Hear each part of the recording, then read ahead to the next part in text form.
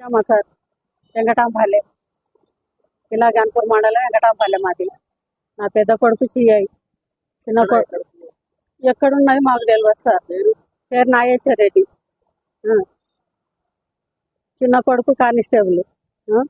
ఇద్దరు బిడ్డలు ఒక ఆయన గంగారం ఇచ్చిన, ఒక ఆయన గోపులాపురం ఇచ్చిన. వాళ్ళ కష్టం చేసుకొని వాళ్ళు బతుకుతున్నారు. మాకేం ఆశపడకుండా వాళ్ళ కష్టం చేసుకుని వాళ్ళు బతుకుతున్నారు. మాకు ఆస్తి పంపకాలు ఆస్తి చేసి అని మా పెద్ద కొడుకు 4 ఏళ్ళ నుండి మాకు సతాయిస్తే నాయన నేను చచ్చిన దగ్గర ఉండాలి, సచ్చినాక చేసుకుందరని చెప్పిన. చెప్తే అట్లా కాదు, నాకు 2 కొడుకులు, మీరు చచ్చిపోతే సగం కావాలి అంటాడు తమ్ముడు.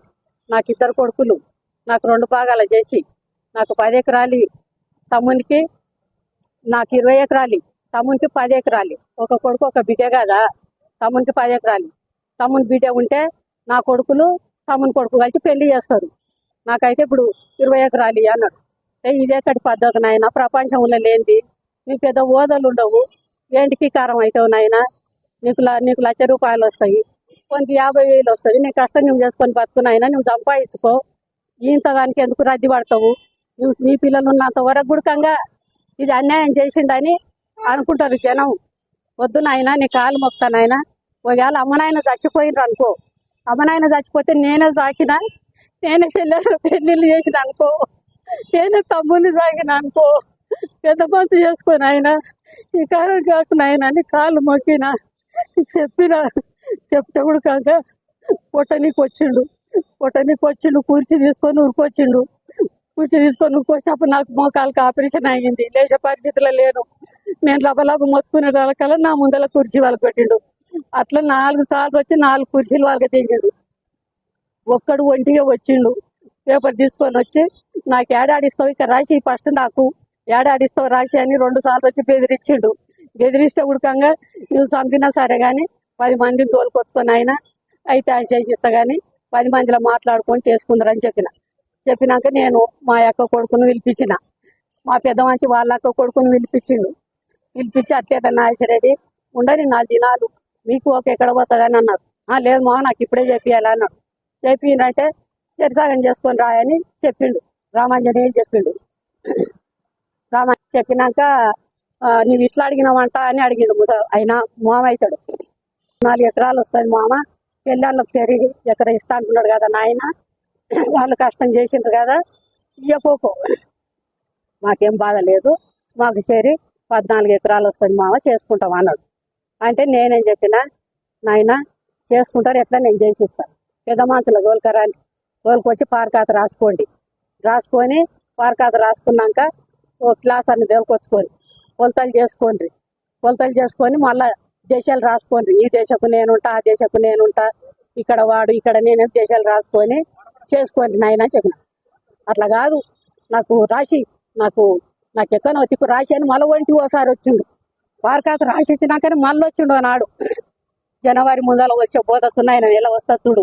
పెద్ద కొడుకుకు 15 ఎకరాలు, చిన్న కొడుకు 11 ఎకరాలు అన్నారా ఇచ్చినాక మళ్ళీ ఇప్పుడు మళ్ళా వస్తుంది నాకు ఇవ్వాలి. ఇచ్చిన దగ్గర ఎవరు చేసేది లేదు అని అందరు నాపిండు, కవులలో నాపిండు. ఆపితే వాళ్ళు పెద్ద మనుషులు ఆయన కాయిదాలు బాగా పరిష్కార కాయిదాలు రాసినాడు. పెద్ద మనుషులు ఉన్నారు కదా సార్, ఆ పెద్ద మనుషులను పోయి చిన్నోడు అడిగిండు, సార్ అన్నా నేను చేపించుకుంటానా నా పొలం అని అన్నాడు. అంటే వాళ్ళు ఇంకేముందిరా, తచ్చిపోయింది కదా, రిజిస్ట్రాలు అయినాయి, మీ అన్న లోన్ తెచ్చుకున్నాడు, నీవు లోన్ తెచ్చుకున్నావు, చేపించుకోపని చెప్పిండు. వెంకటేశ్వర రెడ్డి చెప్పిండు, గురుమూర్తి రెడ్డి చెప్పిండు, శ్యామసుందర్ రెడ్డి చెప్పిండు, గొల్ల యాదాయ చెప్పిండు. వాళ్ళని అందరిని అడిగి తూకం పోసిండు. కౌలు రైతు 10 దాంట్లో తూకం పోసిండు. 5 ఎకరాలు 2 సార్లు దున్నిచ్చిండు. ఇప్పుడు 30,000 చిల్లర అయింది వాళ్ళకి ఖర్చు. అయినాక పోపించినాక వచ్చి ఇప్పుడు అందరిని ఊళ్ళా మొత్తం ఎన్ని టాక్టాలు ఉంటే అన్ని టాక్టాలు రప్పు, ఎవరు పోయినా మీ మీద కేసు చేస్తా అని అందరినీ బెదిరించిండు. చుట్టుముట్టు తాండలు ఉండే, తాండలను కూడా బెదిరించిండు. ప్రతి మంచికి చెప్పిండు చుట్టుముట్టు పల్లెలకు గుర్తంగా ఎవరు పోవద్దు. మా తమ్ముడు వచ్చి నువ్వు చెప్పినట్లు ఒప్పుకుంటానే అని నన్ను అడిగితే నాతోటి వాడు పవన్ చేసి నాతోటి మాట్లాడిపిస్తే మిమ్మలను అప్పుడు నేను చెప్తా మీకు దున్ననికి, అంతవరకు పోయేది లేదని బెదిరించిండు. వాడు మొన్న 2 దినాలు 3 దినాలు 4 దినాల తర్వాత తిరిగి మందిని అడుక్కున్నాడు.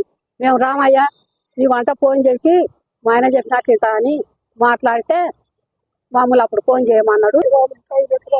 ఇంకా 5 ఎకరాలు కావాలి, ఇవ్వకపోతే తలకాయ రోట్లో పెట్టి దాంస్తా అని మాతోటి అన్నాడు. తలకాయ రోట్లో పెట్టి దాంస్తా, నరికి పొలి జాలుతా తమ్ముడిని అట్లా. మామూలు ఏమంటాడు, బిడ్డ నేను లంజ గుద్దల జంగుడు లంజదానా, నేను చెప్పినట్లు వింటావా లేదా, నీవే నేర్పుతున్నావే తమ్మునికి అంటాడు. నీవే నేర్పుతున్నావే లంజదానా అని. మాకు ఒకరి దగ్గర ఒకరు పోగుద్దు, మామూలు వచ్చి కొడుతుండడు. వాళ్ళు ఎవరంతలా కొళ్ళు ఉండేటట్లు పిలిపించి భయం పెట్టు సార్ అని చెప్పినాం. ఇప్పుడు పోయి అడిగినాం కూడా, పోయి అడిగినాం. ఇప్పుడు పార్కాతి ఎట్లుందో, వాళ్ళ రిజిస్ట్రార్ రూల్ ఎట్లుందో అట్లే ఎవరి దాళ్ళు చేసుకోమని సార్. లొల్లు వద్దు, నువ్వు చెప్తున్నాన్న ఇంటడేమో నాగేశ్వర రెడ్డి అని నీ తానికి వచ్చినాను సారు, నీ కాళ్ళు మోపుతాను సార్ అంటే అంత ఆయన కొన్నాడంటే నడుగుండి బయటికి నడుగుండి, మీరు నడుగు దమాకు లేదు మీకు, బయటికి నడుగుండ్రు అని అన్నాడు. మేము కాళ్ళు మొక్కుతామంటే ఒక మా మాటలు బయటకు దొరికించండి, పోయిన అని తలిగితే బెదిరిపోయి బయటకు వచ్చినాం. మేము నాగేశ్వర రెడ్డి తోటి ఫోన్లో మాట్లాడేది మేము విన్నాం. నేను సంపాదించిన సార్ అంటారు. అంటే నీవు ఆయన సంపాదించిన ఆయన అంటున్నాడు కదా సార్.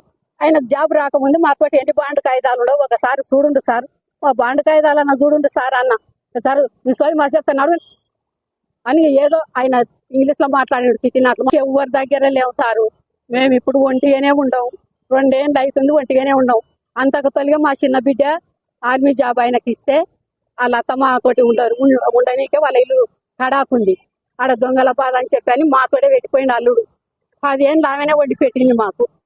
ఆమె కష్టమే తిన్నాం, 10 ఏళ్ళు ఆమె కష్టమే తిన్నాం. అప్పుడు నీళ్లు